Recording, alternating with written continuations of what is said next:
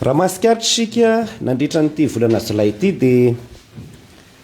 ny fandimby teo ny mpaminany namaky an'ny Amosa isika, dia namaky an'ny Hosea, dia namaky an'ny Isaia, ary tamin'ity herinandro ity namaky ny boky ny Mika mpaminany. Ireo mpaminany efatra ireo dia samy mpaminany ny rahin'Andriamanitra, anisan'ny hoe voalohan-dohany tamin'ny vanim-potoana fahampanjaka tany Israely. Dia rahan'Andriamanitra ny mpaminany ireny mba hampahatsiaro ny olona sy ny mpanjaka hoe sika zao ane ohatra dia tena lavitry ny afo ny kitay amin'ny hoe tia ny fanekam-pihavanana sy ny sitrapon'Andriamanitra, adinosika ve no zavatra hafa indray no atao nefa Andriamanitra mandidy antsika toy izao. Mba ahazoana mazava tsara ny fampianaran'ireo mpaminany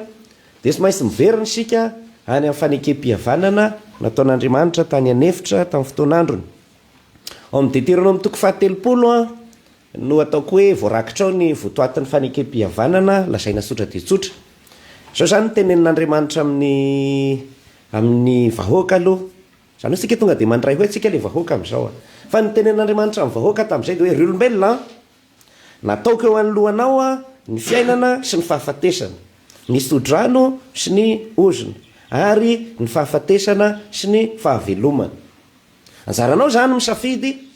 dia ny raisy ny boky ny Siraka, zany hoe eo anoloanao ny afo sy rano dia izay tondro ny tagnanao ny menanao, afo ny tondronao, menanao ny afo. Anao ndray amin'ny rano, tonga dia rano ny menanao. Izay zany safidy fototra fa Andriamanitra zany sy mba manao hatra ny varotra alika ka hoe fanirenao fery koa hatramin'ny alika vavy io, satria manko ny alika ifanirenao zany ny vidiny lahy, dia sy dia velongelony ny tompony rehefa miangeda sy miatanora ilay alika vavy dia forseny ao pironzato moa dia menanao koa ny vavy. Sa ifanirenao hatra ny varotra alika ny fanekam-pihavanana, fa hoy Andriamanitra hoe fidio ary izay tianao e. Dia toizany eo amin'ny Deutéronome io hoe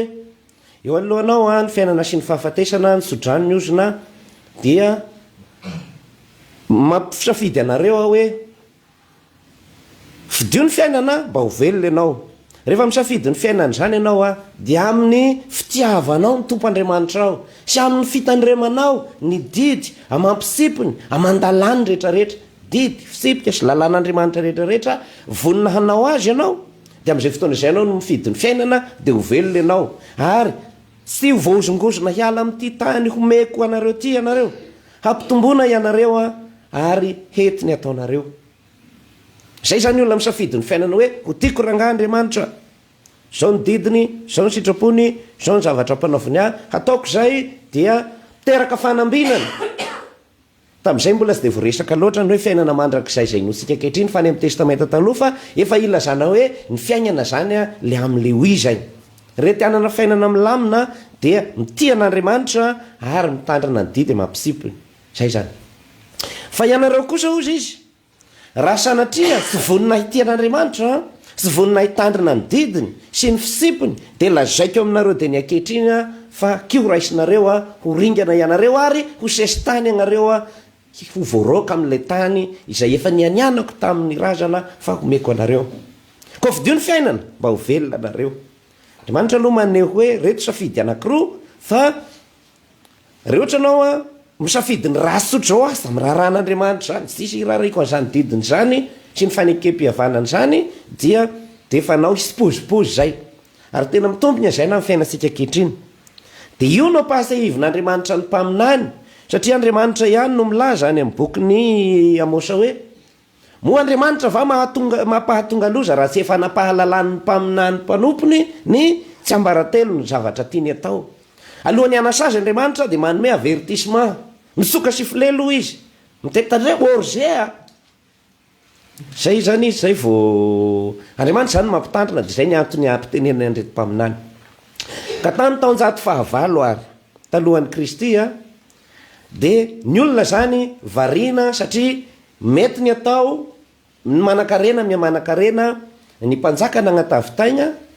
araka ny lazain'ny soratra masina azy dia hoe tena zinga be no izy trony divay sady mitsilailay eo amin'ny sofana izy, ary eo miteny hoe venare vao tapitra ny sabata mba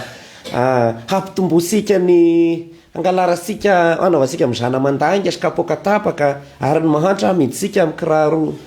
ray lomisy. Zany hoe tena fagnambakana zany sisy ny atao hoe fahamarinana ara-piarahamonina fa tsy ala marisy ny zanany dia samy manao zay nanany tokatragnomboalavo sisy firahalahino sisy fiombonana fa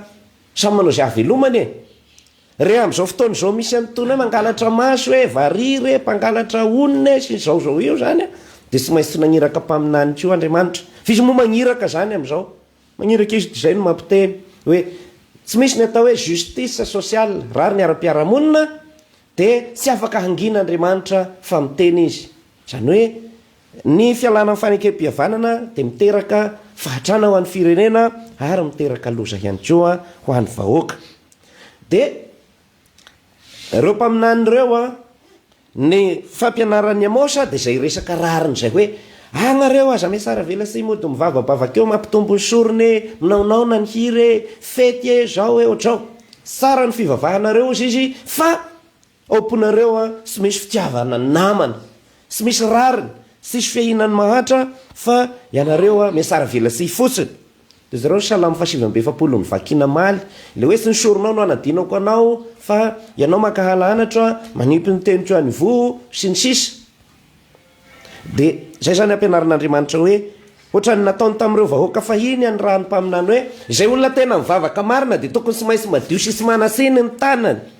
mains innocente oka mba vonoana ny telefona zareo iza no hiakatra iona amin'ny tompo hanorom-ponena na toerany masina dia hoe ny olo sy meloka ny olo mahisy sy ireo sy menina sy toa mihafa zay salamy fahatelo amby-roapolo salamy fanaingana hivavaka psaome mivita toara atao zay rehefa mivavaka maraina ny pretra sy Jesosy ny olona hivavaka sy manolotra sorona ty am-piangonana dia olona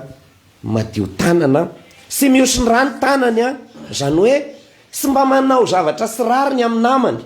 dia samy mijery hoe zao miaramena amin'ny namako mba manao ny rariny ve aho satria misaro tava Andriamanitra rehefa mampitombo ny fivavaha sikisika zany ny fampianaran-driamosy zany fampianaran-driamosy zany hoe ny olona manatona mideran'Andriamanitra dia sy tokony olona miasara vela sy ary zay mbola mafisiny Jesosy hoe raha manana olana amin'ny namanao ianao dia ndana aloha mihavana aminy satria ao amin'ny fitiavanamana sy ny rariny justice sociale no ampisehoana fa mirakitra amin'ny fanekem-pihavanana ianao dia raha sy mibebaka amin'izay ny vahoaka reo dia hosesy tany ozy amosy dia tonga koa i Ose fa i Ose indray ny teny hoe fomba ny olona ny maniasi sahala mivady maditra mangisakisam-bady mety ho tofoko indraindray amin'ny fotoana sasany ny tompom-bady dia mandroaka fa ny fitiavan'Andriamanitra nefa hoentiny mangingina any anefitra izy dia ho resahany mangina ao babona ny fony hoe fa maninona reroko ny tena noatran'io dia rehefa miverina indray izy dia fofoy no azy mandrakizay zay ny ampianarany ana hoe be ny famindram-pon'Andriamanitra na dia manota azy sika raha mifandray zany fampianarana mifampitoy ireo dia hoe mety misy fotoana sika niala tamin'ny fanekem-pihavanana ka sy nanao ny rariny tamin'ny namantsika mety ny asara vela sy ara-pivavahana araka ny fanakianan'ny amosy kanefa Andriamanitra mbola mikoty asika indray mba hiverina dia fofoy no azy mandrakizay indray sika dia rehefa mba vady voaroaka raigny ny napodiana dia mba mahotina amin'izay fa sa mameriny any natao taloha maromaso sy mipilaka maso ery indray misarigaiky koa zay zany dia mpaminany famindram-pon'Andriamanitra Ose ary Isaia ny vakina talohan'ny namakitsika ny Mike ty dia milaza an'izay hoe mila fanetretena aza mafy loha mety eza ho taritin'Andriamanitra amin'ny fahalalam-pahamarinana dia mamitina an'izay amosa ny vakitsika maly hoe efa nampahalalana anao ry olombelona izay tsara sy izay taky ny tompo aminao dia ny hanao fahamarinana ho tia famindram-po hanaraka an'Andriamanitra amin'ny mpanetretena dia farana ny amosa amin'ny toko fahafito ny vakina androany iny zany rehetra zany hoe marina fa be siesie ny olombelona be fahotana ny olombelona fa manao fekempinoana ny finoany an'Andriamanitra i Mikea hoe Andriamanitra dia be famindram-po asipiny any an-dranomasina ny fahotasika sy ny aratsitsika rehetra satria be fitiavana izy ngeza midadasika zany ny famindram-pon'Andriamanitra na eo aza ny fahotana ataotsika zay nefa sy midika hoe hagnararaotra ny fahasoran'Andriamanitra sika dia hoe todi-tsoela ve ny voanaovan-dratsy fa lazain'ny masindapoly amin'ny Romanina toko faharoa hoe sy fantatrao very mpanota fa ny famindram-pon'Andriamanitra dia mianso anao mba hibebaka matosika mbola sy saran'Andriamanitra amin'izao ohatra ny vaky teny tamin'ny lady hoe velany haniry eo aloha mivaritra ny siparifary fa indraindray mba varika ihany izy ty fa sy tomba maso hoe ianona dia ohatr'izao fa miandry izy dia zay le lazany masindapoly hoe ny famindram-pon'Andriamanitra matombo mbola andeferany sika zany mbola sy sarany zao nasaziny dia andrasany ibebaka. Izay ny fomba entina mandray an'io famindrapon'Andriamanitra io. Ataontsika misy hoe ekipa ny famindrapon'Andriamanitra fiezahana ibebaka isan'andro izy, fa sy mitanisa fotsiny hoe no ny fizaliana mangirifiry, fa hoe tena mangirifiry ny fizaliana ary mamindra fo ianao ary famindraponao ny mbola mahatoy zao anay hiezaka ibebaka, indrindra hiala amin'ny ataontsika hoe sirary ny sy ny sisa teo. Amin'ny evanjely marana anazy sy dia ataoko lava loatra. Mampianatra ny vahoaka Jesosy. Dia tonga ny olona nyteny hoe dadanareo sy ny mamanareo sy ny zokinareo, zany hoe ny dadany hoe efa maty zany, fa le fomba fitenin'ny ankizy tadiavana azy no anaovako hoe ny dadanareo sy ny zokinareo sy ny mamanareo ny anabavinareo, ao ny tady anao. Dia Jesosy moa nagnararaotra an'io, izy ny teny hoe asa manana maman'ireo, olona mahantra kely reo. Ohatran'le hiran'ny manaly hoe ataony gardien indray ny ray aman-dreniny efa izy magnatra. Fa tsy zay akory no nanaovan'i Jesosy azy, fa izy ny teny fotsiny nitodika tamin'ny mpianany ray izy, ohatra nitodika tamin'izy efatra eto aloha 10 eto anoloana reto ny teny hoe ireo no raiko reniko rahalahiko anabaviko, satria izay manao ny sitrapon'Andriamanitra dia manana rohy mpihavanana vaovao ara-panahy. Inona ny dikan'izany ry havana? Rehefa mino an'i Kristy isika ary manao sitrapon'Andriamanitra dia lasa raita-po aminy, zany hoe tena zanak'Andriamanitra. Zay ny heviny. Izy dia hiteny hoe eny sy laviko, raiko sy reniko, anabaviko, rahalahiko, le fantatrareo hoe averiny fiaviako. Ohatray zao aveny mazorivo. Dia ny raiko, ny reniko, ny rahalahiko, ny anabaviko. Fa zay tsy midika hoe rehefa miteny aho hoe zay rehetra manao sitrapon'Andriamanitra tokoa dia reniko, rahalahiko, anabaviko, satria fototra iray ny avisika dia le Andriamanitra niteraka atsika, dia zay lasa raita-po amin'i Kristy. Dia zao amin'ny teny grika ny teny hoe reny dia ataony hoe ema. Zay zany dikany hoe reny ema. Zay olona atao hoe ema dia reny ny anarany. Ny atao hoe reny zany dia mpiteraka,